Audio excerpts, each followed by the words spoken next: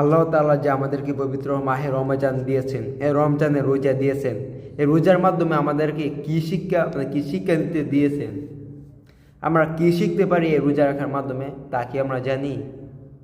অধিকাংশ মানুষই বলবে জানি না।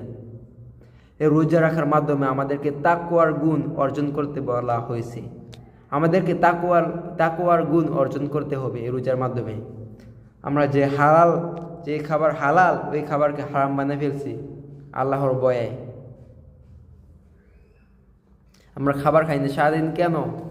আল্লাহর ভয়ে। আল্লাহ তাআলা আমাদেরকে আদেশ দিয়েছেন এই জন্য। রোজা থেকে আমরা কোনো গুনাহের কাজ করি না কেন? আল্লাহ তাআলা আমাদেরকে বলেছেন এই জন্য। কারণ রোজা থেকে কোনো গুনাহের কাজ করলে, অন্যায় কাজ করলে, এই রোজা আল্লাহ তাআলার কাছে কোনো দামই নেই। তা না খায় দেখাতে আল্লাহ তাআলার কিছু যায় আসে না। যে ব্যক্তি রোজা তাইকা অন্যায় কাজ, অশ্লীল কাজ, মিথ্যা বলা ইত্যাদি যেগুলো গুনাহের কাজ, এগুলো ছাড়তে পারে না। এগুলোই রোজার মাধ্যমে আমাদেরকে তাকওয়ার গুণ অর্জন করতে হবে। আমরা যে সকল গুনাহ থেকে বাইরে থাকতেছি, আমরা যাতে সবসময় সকল গুনাহ থেকে বাইরে থাকতে পারি, এবং আমি নিজেও যাতে সকল গুনাহ থেকে বাইরে থাকতে পারি, আমাদের সবাইকে ওই বুঝতে হবে রোজা আল্লাহ তাআলা আমাদেরকে কেন দিয়েছে, এর মাধ্যমে আমরা কিসের গুণ অর্জন করতে পারি।